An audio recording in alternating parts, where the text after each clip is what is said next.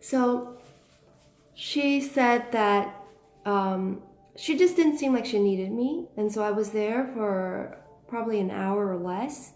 And then I decided, okay, I'm just going to go home. And so I started driving. And as I neared the freeway, there was a pile of stuff on the curbside where somebody was trying to throw them out, a bunch of things that were for free. And there was a guy looking through it. And my first thought was, oh, I should stop because it's free curb stuff. Maybe I needed something in there, or just I get very curious. And I normally would want to stop because I'm following this minimalist lifestyle that I'm trying to get rid of more and more things in my life that I didn't want to actually buy, and or even free things. So I kept going because my mind was thinking I didn't want any more things. But as I got on the freeway, God, the creator of all that's good, through the little voice in my heart told me that that I was supposed to stop. I had to stop there and take a look. And I finally decided I'm going to yield to that voice, and I turned around. I got off the freeway, turned around, and I went back to that pile of free items.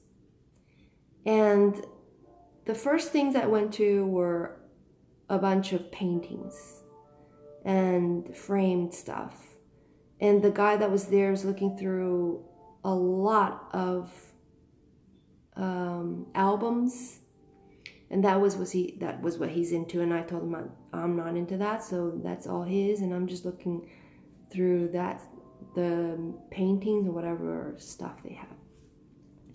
And then he asked me, he's like, oh, what'd you pick? And I had like two paintings, and I showed him the top one because it was just like the biggest one, and it was just a canvas, and somebody painted some car and some house, but it wasn't really nice. And I said, oh, I'll just take it home and I can paint over it.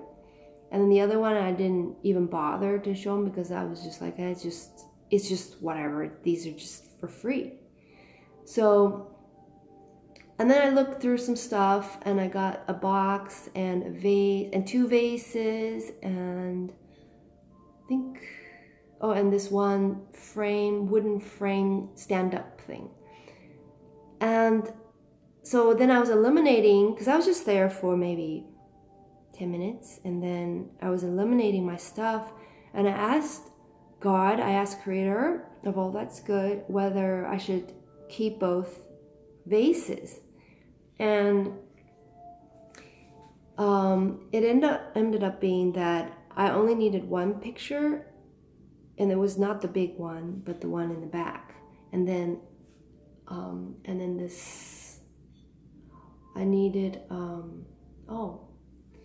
didn't take a picture of it. I needed to, I should take a picture of that actually, now I'm thinking. But I took one vase, and that vase was for this neighbor that has a, she loves flowers, and she loves these vases. So that was for her. And then the wooden thing was for my mom, and that picture was for me to sell. And that was like kind of the message that I got. But anyway, the picture was a pencil sketch of the head of, it's like an antique, it said antique collection, and it had $35 label on the front, like as if somebody tried to sell it for 35 at a flea market or something like that. And it said it was antique collection, and had a golden seal sticker on the very top where they sealed up the picture within the frame. So it had a really nice black frame, thin black frame around it with little specks of silver that was kind of looked like to make it look old. So it was interesting, and it wasn't loud. It just seemed like something that people can easily mesh into their more modern furniture. So anyway, I took it. It's not like I didn't fall in love with it, but I just took it because that was the message. Okay, so then I was like, okay, I know where I'll take this, because there was this secondhand shop that takes some newer antique items and modern brand name items, and he is actually really, really well informed on antique types of things. So I decided I'll go there tomorrow, and I had this whole schedule planned out that I was going to the post office. I'm going to write the money order for the radio station, and I'm going to go see if I could put this in the consignment store, the painting. And I had some clothes that I wanted to sell to get rid of, to turn to cash. And that there was a second store, so actually when I went back to my mother's place, I took the clothes that I needed that was in a luggage storage in the garage, and I prepared it for the next day. So I had a list of to-dos the next day. So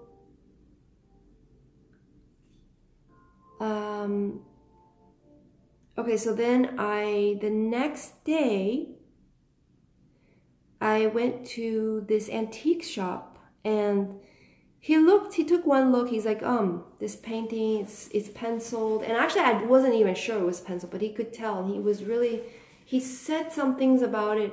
He seemed really knowledgeable. And then he said he'll take it, because normally they're very picky about what they allow into their shops, but he said he'll take it. And so he said he's going to sell it for $175 US. And so I would probably get, I don't know, 40% of that, or, so it's a little more than 50. It's going to cover, if it sells, it's going to cover the cost of what I donated to the radio station.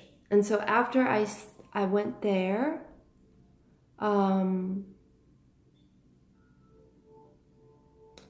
okay. After I went there, I also went to this kind of it's also like a warehouse store, and I was led to buy this little pamphlet. It's like how to grow your organic gardening stuff. It's almost just like a little pamphlet, but I just bought it, and then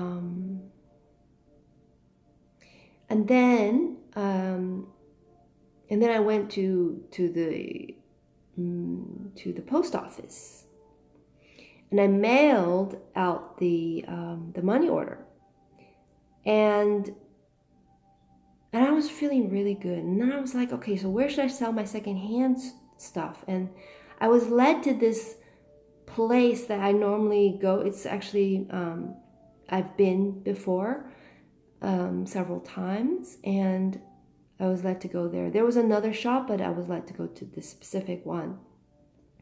So I go there with my clothes, and as I walk in, there's this woman that I've never seen before. I was there probably 5 times total. I've never seen this woman. It's always these 2 other ladies. And for the first time, it was just one woman, and she was by herself. And so we start talking about KonMari method of decluttering, which she started to do, just to start living a minimalist life. And this KonMari method is about touching every item, holding every item in your hand, and feeling if it uplifted you or if it dragged you down, and to kind of use energy to feel through your entire collection of every single item in your house and to declutter that.